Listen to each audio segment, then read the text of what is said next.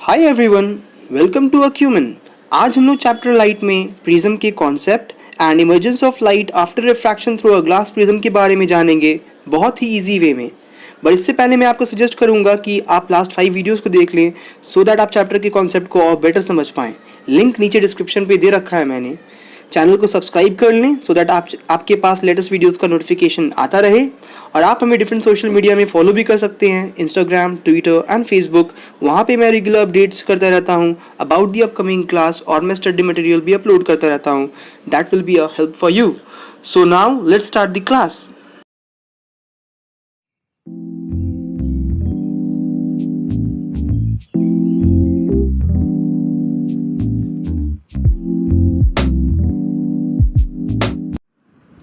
आज हम लोग प्रिज्म पढ़ने जा रहे हैं, रिफ्रैक्शन का वन मोर टॉपिक।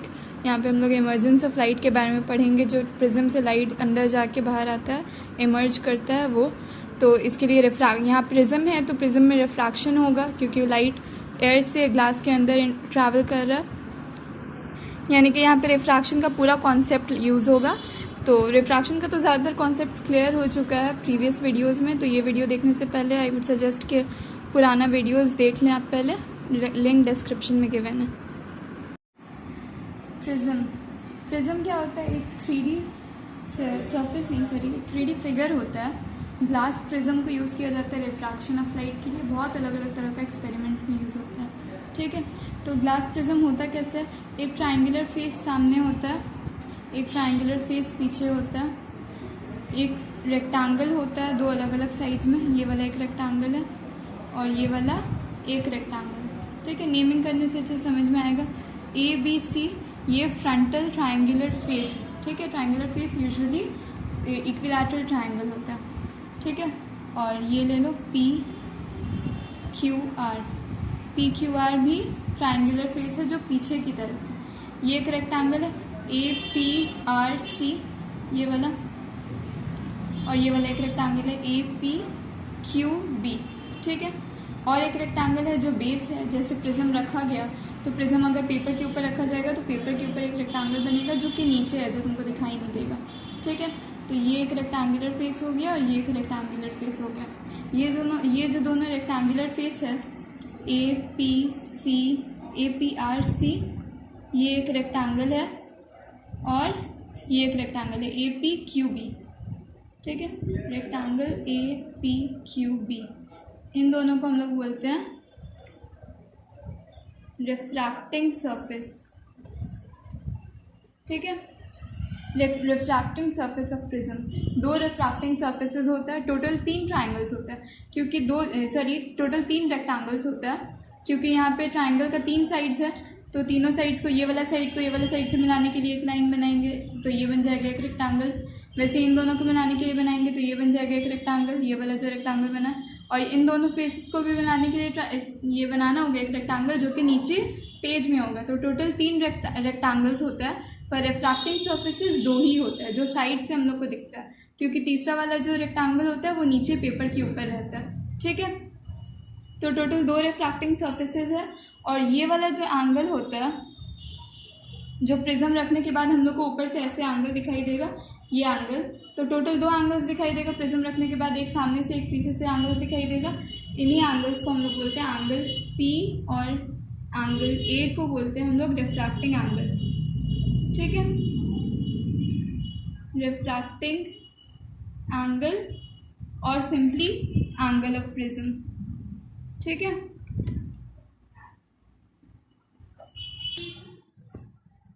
अच्छा, ये था बेसिक प्रिज्म के बारे में जो कॉन्सेप्ट चाहिए होगा हम लोग को वो, ठीक है। रिफ्रैक्टिंग एंगल और रिफ्रैक्टिंग सरफेस, यानी कि एंगल ऑफ प्रिज्म और रिफ्रैक्टिंग सरफेस, इन दोनों को यूज़ करेंगे हम लोग, ठीक है। तो कोई लाइट रे अगर आएगा तो वो किसी एक रिफ्रैक्टिंग सरफेस के ऊपर आएगा, उसके बाद वो प्रिज्म के अंदर ट्रैवल करेगा, उसके बाद दूसरे रिफ्रैक्टिंग सरफेस से वो बाहर निकल जाएगा। 3D फिगर बनाकर अगर हम लोग समझना चाहें तो नहीं समझ में आएगा, तो हम लोग सिर्फ एक ट्रायंगल लेंगे और ऐसा रखिएगा कि प्रिज्म रखने के बाद हम लोग बिल्कुल वर्टिकली देख रहे हैं उसको, तो हम लोग को सिर्फ एक ट्रायंगल दिखाई दे रहा है, ठीक है। तो हम लोग सिर्फ एक ट्रायंगल लेते हैं।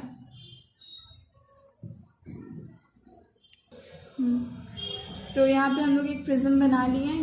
ये है प्रिज्म ही, लेकिन हम लोग को बिल्कुल वर्टिकली देख रहे हैं हम लोग, इसलिए हम लोग को सिर्फ एक ट्रायंगल दिखाई दे रहा है। ठीक है, यहाँ पे एंगल ऑफ प्रिज्म ए है और ये प्लेन के ऊपर है, BC जो है वो प्लेन के ऊपर है। ठीक है, अब हम लोग को यहाँ पे एक लाइट रे एंटर करवाना है। तो एक लाइट रे आएगा आकर प्रिज्म के ऊपर, प्रिज्म की सरफेस AB पे इंसिडेंट हो रहा है। ठीक है, तो ये हो गया इंसिडेंट रे। यहाँ पे हम लोग एक नॉर्मल बना लेते हैं। नॉर्मल हम लोग को इस सरफेस के ऊपर बनाना है। ठीक है, तो हम लोग को ऐसे बनाना है कि ये जो नॉर्मल है ये इसके ऊपर परपेंडिकुलर हो। ये बन गया नॉर्मल। ठीक है, नॉर्मल ऑन सरफेस AB। तो नॉर्मल से लेकर जो इंसिडेंट रे तक का एंगल है वो एंगल होगा एंगल ऑफ इंसिडेंस I1। ठीक है, और उसके बाद ये क्योंकि अंदर वाला जो सरफेस है वो ये ग्लास प्रिज्म हम लोग लिए हैं, तो अंदर वाला सरफेस डेंसर है, तो इसको जाना ऐसे चाहिए था। ये उसका ओरिजिनल पाथ था, लेकिन ये अपना पाथ चेंज करके नॉर्मल के टूवर्ड्स आ जाता है, शिफ्ट होता है। जो डेंसर रेयर से डेंसर मीडियम के अंदर जब लाइट रेज आता है तो वो नॉर्मल के टूवर्ड्स शिफ्ट करता है। तो यहाँ से जाने के बजाय ये थोड़ा नॉर्मल के टूवर्ड्स शिफ्ट कर जाएगा। ठीक है, नॉर्मल की टूवर्ड्स शिफ्ट कर गया, तो नॉर्मल से लेकर रिफ्रैक्टेड रे, ये रिफ्रैक्टेड रे, तो इसके बीच का जो एंगल होगा वो होगा एंगल ऑफ रिफ्रैक्शन, जिसको हम R1 लिखें। ठीक है, यहाँ तक का हो गया क्लियर। उसके बाद अब ये जो लाइट रे जा रहा है, अब ये लाइट रे इस सरफेस के ऊपर इंसिडेंट होगा। इस बार ये पहला वाला मीडियम है और बाहर वाला मीडियम दूसरा है, यानी कि इस बार ग्लास से एयर में जा रहा है, मतलब डेंसर मीडियम से रेयर मीडियम में जा रहा है। यहाँ पे फिर से हम लोग को एक नॉर्मल ड्रॉ करना होगा इसके ऊपर। तो यहाँ इस सरफेस के ऊपर नॉर्मल ड्रॉ कर लिए हम लोग। ठीक है, अब ये लाइट रे को जाना ऐसे चाहिए था, लेकिन ये बाहर वाला जो मीडियम है वो रेयर मीडियम है, इसलिए नॉर्मल से थोड़ा सा दूर जाएगा। तो ऐसे जाने के बजाय रे ऐसे जाएगा रिफ्रैक्ट होकर। ठीक है, तो ये वाला एंगल है इस बार एंगल ऑफ इंसिडेंस, लेकिन हम लोग इस बार इसको R2 लिखेंगे। ठीक है, इसके लिए एंगल ऑफ इंसिडेंस के लिए R यूज़ कर रहे हैं, और ये वाला हो गया एंगल ऑफ रिफ्रैक्शन, जिसके लिए हम लोग I2 यूज़ कर रहे हैं। ठीक है, एंगल ऑफ इंसिडेंस यही है, एंगल ऑफ रिफ्रैक्शन यही है, बस R2 और I2 लिखें, ये सिर्फ नेमिंग है और कुछ नहीं है। ठीक है, अब ये वाला जो रे है जो इमर्ज होकर बाहर निकला है, इस रे को हम लोग एक्सटेंड करेंगे बैकवर्ड्स। ठीक है, बैकवर्ड्स एक्सटेंड करेंगे तो यहाँ पे एक एंगल बनेगा। ये जो एंगल है ये एक्चुअली क्या है, ये वाला रे जो आ रहा था सबसे पहले इंसिडेंट रे वो था, ये रिफ्रैक्टेड रे है, और जब रिफ्रैक्शन के बाद रे निकल चुका है तो उसको हम लोग बोलेंगे इमर्जेंट रे। ठीक है, तो ये इमर्जेंट रे है। तो इंसिडेंट रे और इमर्जेंट रे के बीच का जो एंगल है, इसी एंगल को हम लोग बोलते हैं डेल्टा। ठीक है, delta that means angle of deviation. ठीक है, अब बाकी सारा रेस को हम लोग नेमिंग कर लेते हैं। सपोज ये OP है इंसिडेंट रे, PQ है रिफ्रैक्टेड रे, QR है इमर्जेंट रे। इस पॉइंट को M ले लेते हैं और इस पॉइंट को N ले लेते हैं। ठीक है, अब थोड़ा बहुत डेरिवेशन करना होगा हम लोग को दो चीज़ के लिए, एक एंगल ऑफ प्रिज्म के मेजरमेंट के लिए, एंगल ऑफ प्रिज्म मेजर करने के लिए हम लोग को फॉर्मूला यूज़ करना पड़ता है, उस फॉर्मूला का डेरिवेशन करेंगे, और एक एंगल ऑफ डिविएशन का डेरिवेशन करेंगे। ठीक है, दो छोटे छोटे डेरिवेशन से। अच्छा, अब हम लोग को यहाँ पे एंगल ऑफ प्रिज्म का पहले डेरिवेशन करना है। ठीक है, तो एंगल ऑफ प्रिज्म का डेरिवेशन के लिए हम लोग ये वाला जो क्वाड्रिलैटरल दिख रहा है, एक हम लोग को APNQ, इस क्वाड्रिलैटरल को यूज़ करेंगे। ठीक है, तो पहले लिख लेते हैं इन क्वाड्रिलैटरल APNQ, ये क्वाड्रिलैटरल लिए। क्वाड्रिलैटरल का चारों एंगल्स लिखकर उसका सम को 360 के इक्वल करना है। ठीक है, तो पहले चारों एंगल्स लिख लेते हैं। क्या चार एंगल्स होगा, ये वाला APN, एंगल APN प्लस ये हो गया, उसके बाद PNQ plus NQA plus QAP। ठीक है, ये चार एंगल्स हैं। Sum of 4 angles of quadrilateral is equal to 360 degree, लिख लिए इसको। अब उसके बाद यहाँ पे से कुछ एंगल्स का मेजरमेंट हम लोग को मालूम है, जैसे कि ये वाला जो एंगल होगा, एंगल APN, ये हम लोग को कहाँ से मिल रहा है, ये लाइन है AB, इसके ऊपर हम लोग नॉर्मल बनाए हैं एट द पॉइंट P, यहीं से मिल रहा है हम लोग को ये एंगल एन, तो ये एंगल 90 डिग्री है, तो ए पी एन की जगह में 90 डिग्री लिख देते हैं। उसके बाद आता है पी एन क्यू का वैल्यू नहीं लिखना है, ठीक है, इसको वैसे ही लिखेंगे। एन क्यू ए में भी वही सेम केस है, ये है लाइन ए सी, इसके ऊपर हम लोग नॉर्मल बनाए हैं एट द पॉइंट क्यू, यहाँ पे मिल रहा है हम लोग को एन, तो ये वाला जो एंगल है एन क्यू ए ये 90 डिग्री है, तो एन क्यू ए की जगह में 90 डिग्री लिख देंगे, ठीक है। और क्यू ए पी जो है वो एंगल ऑफ प्रिज्म है, एंगल ऑफ प्रिज्म को सिर्फ हम लोग वर्टेक्स से लिखते हैं, तो सिर्फ ए लिख देता है, ठीक है, इज इक्वल टू 360 डिग्री। साफ समझ में आ रहा है, यहाँ पे ए आ रहा है, इंक्लूड हो रहा है, दिस रिलेशन इंक्लूड्स ए, तो यहीं से हम लोग को ए का फॉर्मूला मिलने वाला है, ठीक है। 90 + 90 180 हो गया, 180 को यहाँ 360 से सब्ट्रैक्ट करेंगे, angle P N Q plus angle A is equal to 360 degree minus 180 degree, that means P N Q plus A equals to 180 degree, ठीक है। ये एक रिलेशन मिल गया जिसको हम लोग नंबर 1 करके नंबरिंग करके रख लेते हैं अभी के लिए। उसके बाद फिर हम लोग को ये वाला ट्राइंगल देखना होगा, ये जो ट्राइंगल है पी क्यू एन, इसको यहाँ पे दो एंगल्स पता है हम लोग को R1 और R2, ये जो तीसरा वाला एंगल है इसका वैल्यू क्या है पी एन क्यू, जो पी एन क्यू यहाँ पे हम लोग के पास है, तो इसका वैल्यू हम लोग इस ट्राइंगल से निकालेंगे, ठीक है।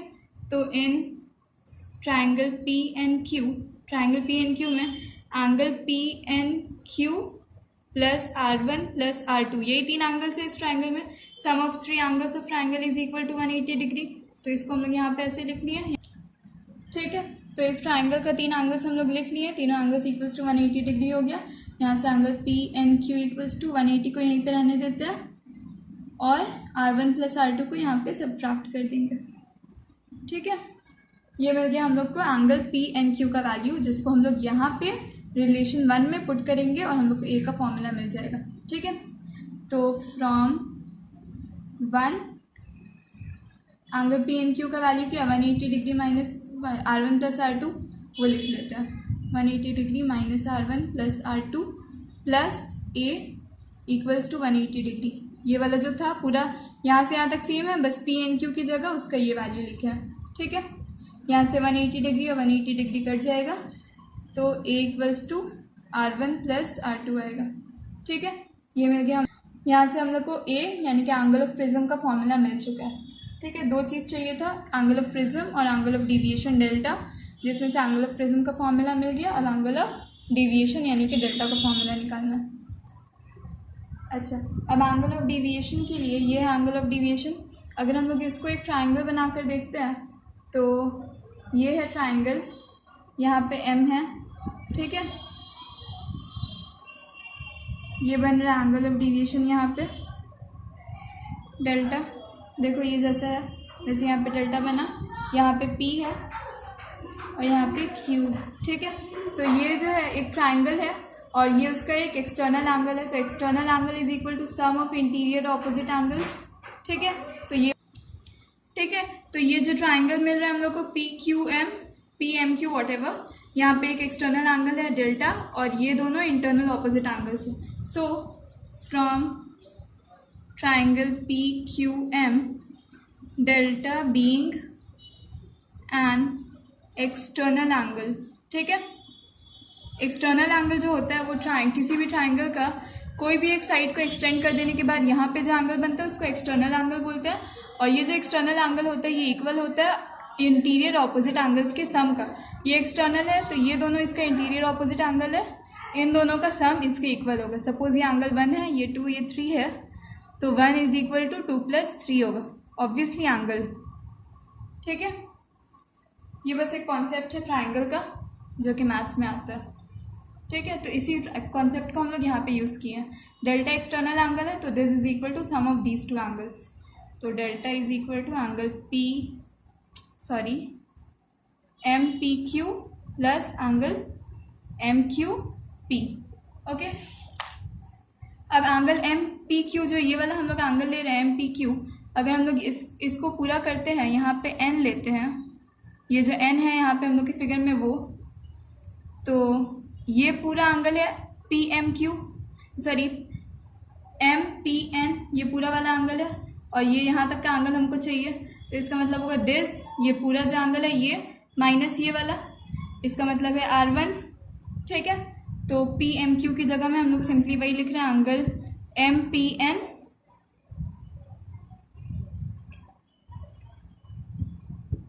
यहाँ पे